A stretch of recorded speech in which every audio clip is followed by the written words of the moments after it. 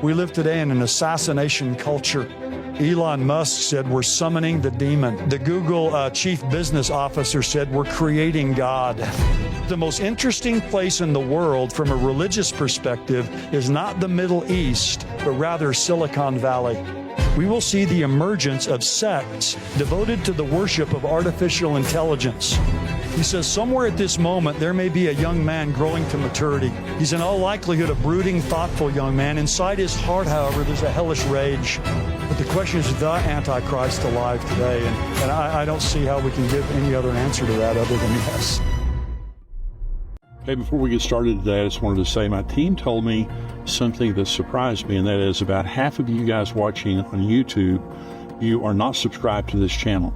So if you do me a favor for just a minute, just look down and just click the subscribe button and the like button. Now, when you click the subscribe button, it just means you're going to get all the information that we put out. You're not going to miss information that could encourage you and equip you to live in these end times. Also, when you like it, it just means the more people find out about it. I want you to tell people about us, first of all, but also when you like it, it helps us tremendously. Would you take just a second and hit the subscribe and the like button so that all of you guys are subscribed and all of you guys are telling other people about us? That's going to be a huge blessing. Welcome to Tipping Point. I'm Jimmy Evans. We're going to go to the gathering again today. Let me remind you, in the month of December now, we have a special that we've never done this before.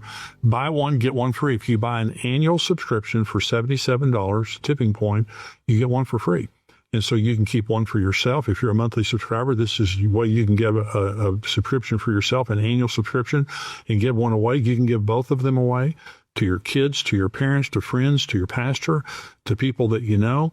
And so buy one, get one free, $77. You get two annual subscriptions to endtimes.com. So go to endtimes.com right now and sign up, and you'll bless somebody. You can give two away, keep one for yourself, however you want to do that. But this is a special that we're running this month.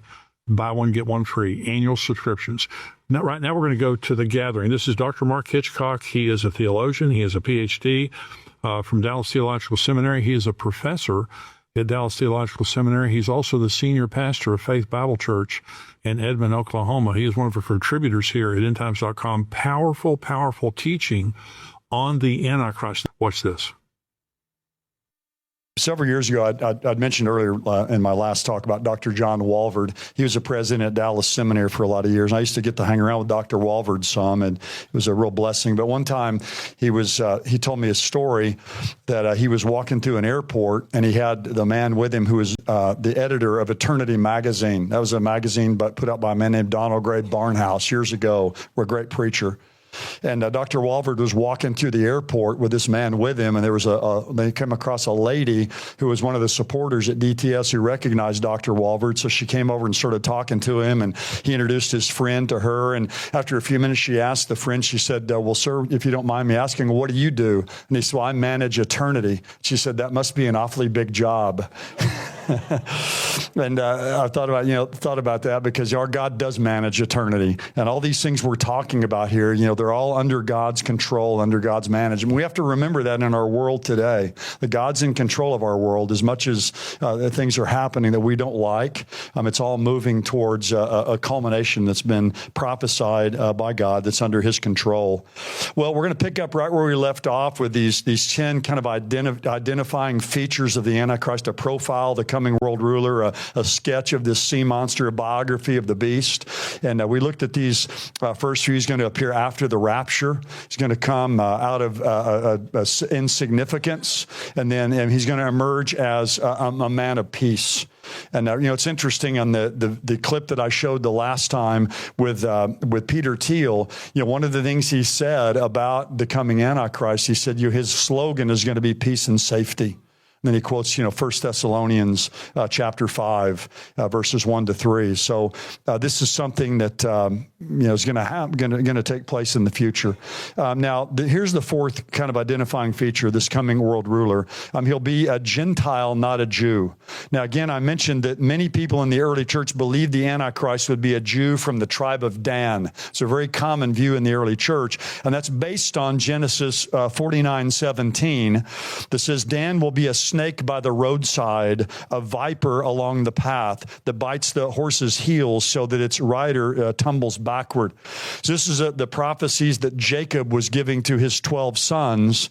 And this prophecy in Genesis 49 about Dan, many people see the serpent being mentioned there, the snake, that Dan would be the tribe that the Antichrist would come from. Also, the tribe of Dan was the tribe that led the Jewish people into idolatry, the first one to go into idolatry. So a lot of people in the early church believed the Antichrist would be a Jew. And a lot of that was based on the fact they would say, well, he's going to be a false Messiah, going to be accepted as Jesus or the Messiah. Obviously, Jesus is a Jew, so he has to be Jewish as well. But again, the idea of Antichrist may not be so much of, he's in place of, but he's one who's opposed to Christ. But I think he's going to be a Gentile.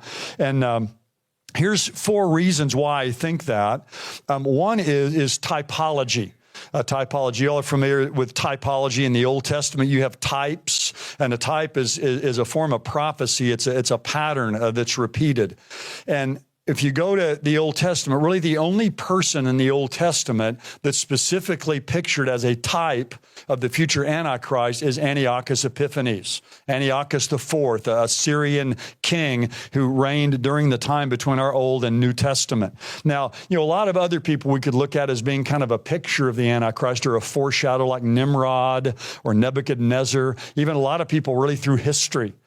People like Napoleon or Hitler and others. But the only person that's really specifically stated in the Bible as a type or a preview or a foreshadow of the Antichrist is Antiochus Epiphanes. And Antiochus Epiphanes was a Gentile. He was a king from Syria. Again, reigned around 160 BC. He's the one that was ruling during the whole time of the Maccabees and all of that. When Hanukkah or the Feast of Lights, the Festival of Lights was created and came about. So since he was a Gentile and he's the type of the final Antichrist, and we'd assume that the Antichrist is going to be a Gentile as well. It just makes sense. Secondly, you have symbolism. In Revelation 13, verse 1, this beast here is the beast that rises up from the sea. Now, beginning down in verse 11, there's a beast that comes up out of the earth. So the Antichrist won't come alone. He'll have an accomplice with him. As if one sea monster wasn't enough, one monster wasn't enough, we get another one. But the symbolism is he comes up out of the sea. And Revelation 17:15 says that the sea is a picture of the nations. Now, it could be there, literally that he comes up out of the sea, kind of out of the Mediterranean, because his kingdom is going to be a kingdom that will encircle the Mediterranean, at least in the beginning. But I think it's symbolic there primarily of the fact that he'll arise from the sea of the nations, that he'll be a Gentile. Also, it's interesting, he's going to rule the final form of Gentile world power.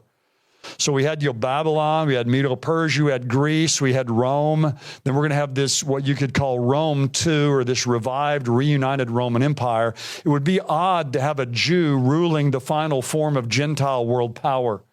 All these other rulers that are part of these kingdoms are all Gentiles. And then finally, as we've talked about, as several people have mentioned, with all the anti-Semitism we see in our world today, the Antichrist will be the horrendous persecutor of the Jewish people. Daniel 7:25 says he'll wear out the saints of the Most High. The saints there would be the Jewish people of the end times. In fact, you have in chapter 12, the woman who pictures Israel during the latter half of the tribulation fleeing to a place that's been prepared for her. And then chapter 13, verse 1, you have Satan standing on the seashore beckoning this beast up out of the sea. And it's like this beast out of the sea is going to be the one that's going to be Satan's instrument to persecute the woman back in chapter 12. So it'd be odd to have a Jew, having the worst persecution in history of the Jewish people. So those are 4 reasons why I think that this coming Antichrist, this future world leader, will be a Gentile. Typology, symbolism. He rules the final form of Gentile world power. He persecutes the Jews. Now here's a fifth key to the Antichrist, his identity. He'll come to power when lawlessness reaches its fullness. Here's a couple of verses here, or a verse here, Daniel 8:23. And again, Daniel 8, I think, is about Antiochus Epiphanes. But it's everything it says there about Antiochus Epiphanes is foreshadowed and is a picture of the coming Antichrist. So Antiochus Epiphanes has been called by some people the Old Testament Antichrist. The King James Version says, and in the latter time of their kingdom, when the transgressors are come to the full, a king of fierce countenance and understanding dark sentences shall stand up. The NIV says, in the latter part of their reign, when rebels have become completely wicked, a fierce-looking king, a master of intrigue, will arise. And so it's saying here that when wickedness has kind of reached its zenith, that's when this Antichrist figure is going to arrive. And then, of course, he's going to take it even further with his brutal, barbaric world rule. But you just look at our world today and you think, okay, when the transgressors are come to full is when the Antichrist is going to appear. It's when rebels have become completely wicked. Well, I mean, you look at our world today, especially the events that have just taken place here recently in our country. We see a world that's really running amok. There was a headline in the New York Post. Now, the New York Post is not a Christian publication. But the New York Post has a headline, and this was in the wake of the shooting at the Catholic school, remember, in Minneapolis? But really, in some ways, to me, it summarizes what happened with Charlie Kirk. It summarizes what happened at the school, the other school that took place actually that same day that didn't get a lot of press because of what happened with Charlie Kirk. But there's the headline right there. Demonic. It's one word. Now, this is a New York Post putting this there. Now, again, I don't know what all they understand by that, but it says transgender maniac shoots up Catholic school morning mass, killing 2 kids. Here's a quote that I ran across, or the idea of this. I kind of put it in my own words, but what used to be the ceiling of evil and wickedness and depravity and barbarism is now the floor. That's a powerful thought. It's a terrible thought. What used to be the ceiling of how bad you thought things could be has now become the floor, and it's caused all kinds of division in our country, all kinds of horrible polarization in our country. Everybody had to come out in the wake of the assassination of Charlie Kirk and say that they were against murder. I mean, it's pretty bad off when people have to come out and affirm that they're against murder. If you didn't say it, you didn't know where the person really stood. That's where we are in our country, where people are justifying murders that take place. The CEO of the healthcare company is just shot down in cold blood. People that want people released. They think that what they're doing in cold-blooded murder, just people they disagree with, is somehow now justified. Here's a quote from Os Guinness. He has a book called Unspeakable. By the way, if you've never read Os Guinness's books, he's a very, very good writer, a Christian kind of philosopher and thinker. But he's got a chapter in his book Unspeakable that's called When Evil is Cool. When Evil is Cool. And here's one of the things he says in that book. And this is a little bit complex and tightly argued, but listen to these words. Each transgression builds on the last one and binds us to the next one. To break off at any point is to cast everything up to that point in a bad light. So each transgression serves as the permission and the dare to press on to the next.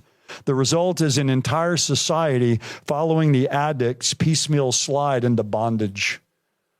So it pictures what happens in a culture like an addict, just kind of, piecemeal, kind of a little bit at a time, just going into bondage to that addiction. And that what we see in our country with these, acts of violence, kind of one right after another, is just kind of a piecemeal slide into bondage. And to me, it's instructive when he says to break off at any point is to cast everything up to that point in a bad light. So at any point to admit that it's wrong, that it's bad, is to kind of have to admit that what's gone before it is bad as well. Each transgression serves as a permission to dare to press on to the next one. Here's a quote that I've read. I've seen it in different forms, different places. I don't know who to attribute it to, but it's basically the gist of it is this. It's a reminder that we're talking about what happened with Charlie Kirk and the violence, that speaking truth, particularly biblical truth, is inherently dangerous in a world where truth sounds like hate to those who hate the truth. Now, that's very well said, because, people call people who speak the truth haters. And they call us haters because if we speak the truth, they hate the truth, so they hate us. So they call us haters. To me, that's what we see in our culture today. People hate the truth. So when you speak the truth, you're a hater, and they feel justified in hating you and even killing you because what you're speaking is the truth that they hate. But I like Proverbs. Actually, it should be 28:1, Proverbs 28:1. I think this is just a call to us in these times in which we live. And I really see that embodied really in Charlie Kirk. We don't want to glorify Charlie Kirk to more than should be justified. I mean, he was a man. He was a fallen man like all of us. But he's an example in a lot of ways to us, and I think he shows us what one person can do, the influence of one life. And we see the influence in our culture today of one life for good. We see the influence of one life for bad. But Proverbs 28:1 says, the righteous are as bold as a lion. And I like that. When you're a righteous person, there's a boldness that goes along with that. Again, we don't want to be arrogant, but we want to have a boldness because we know that what we believe in and we trust in is right.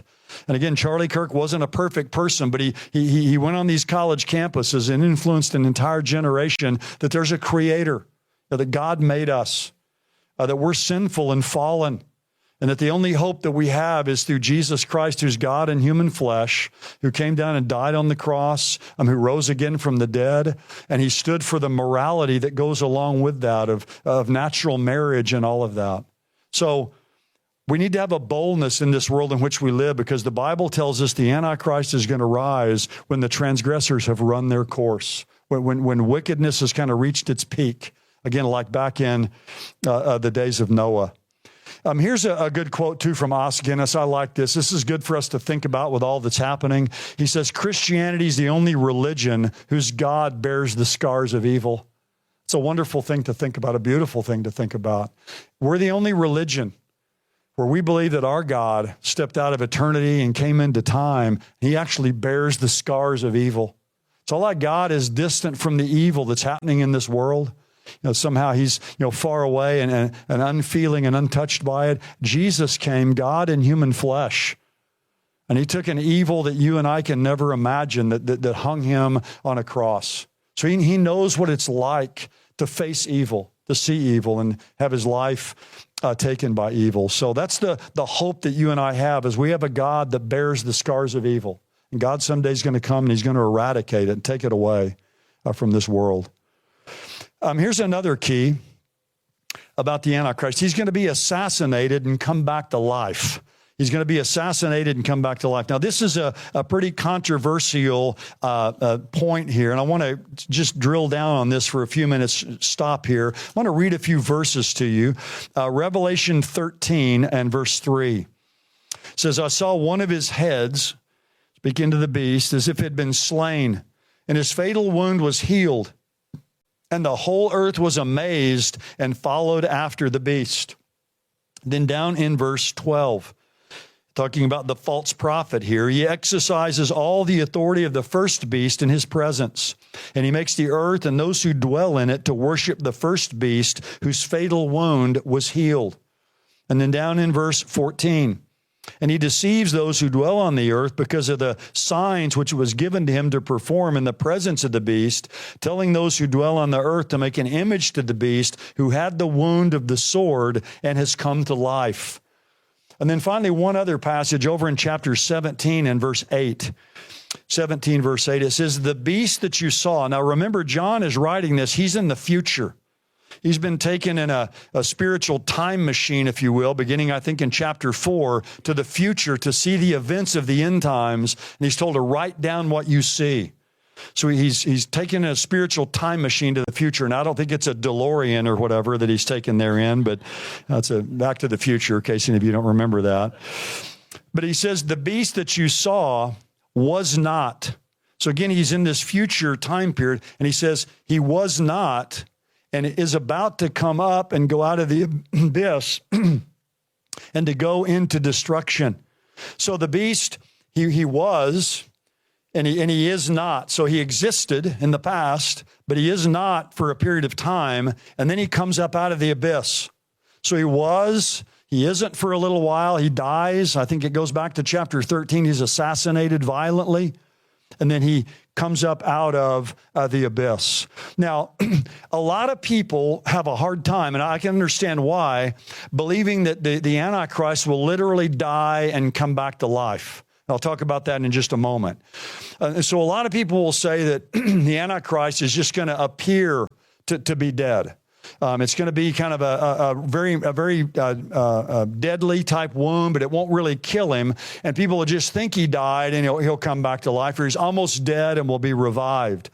The problem with that is the same word used of slain or literally slaughtered, the word you could translate, it's a violent death that's used of the Antichrist in 13:3 is used back in Revelation 5:6 of Jesus, who's a lamb who is slaughtered. Remember, John sees a vision in heaven. He says, I saw a slain lamb, a slaughtered lamb, literally standing in heaven.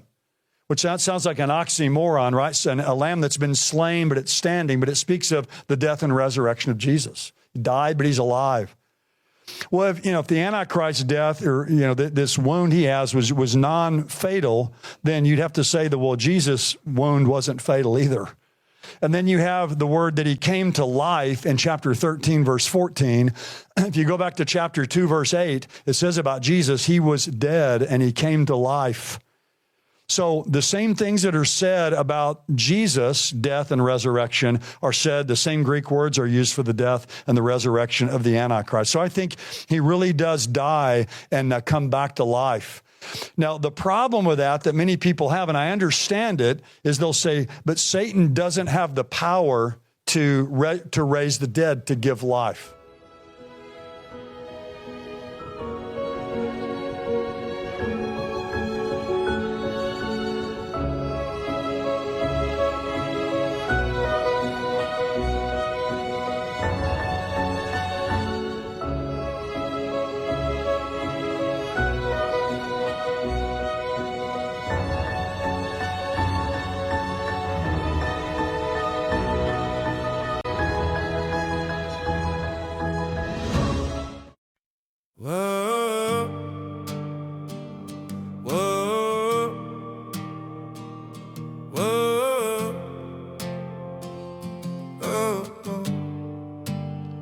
I was chasing distant skylines, running far from where you stood, thinking if I had it all then maybe life would feel like it should.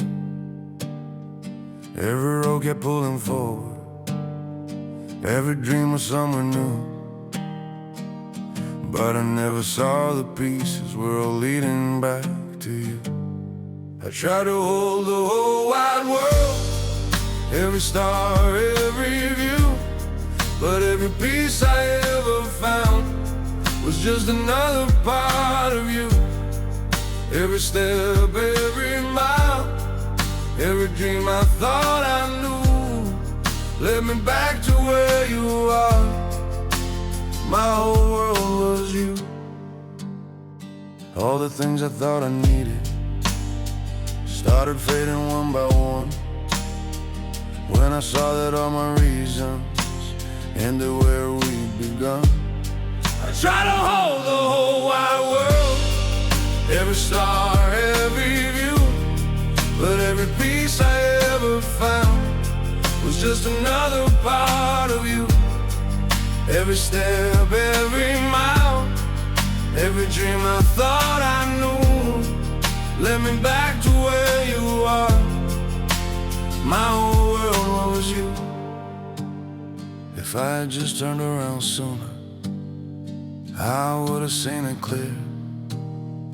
Everything I ever searched for was already right here.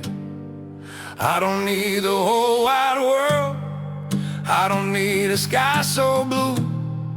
Every piece of life I want is already in you. Every road now feels like home, every dream has come in view. I was lost until I found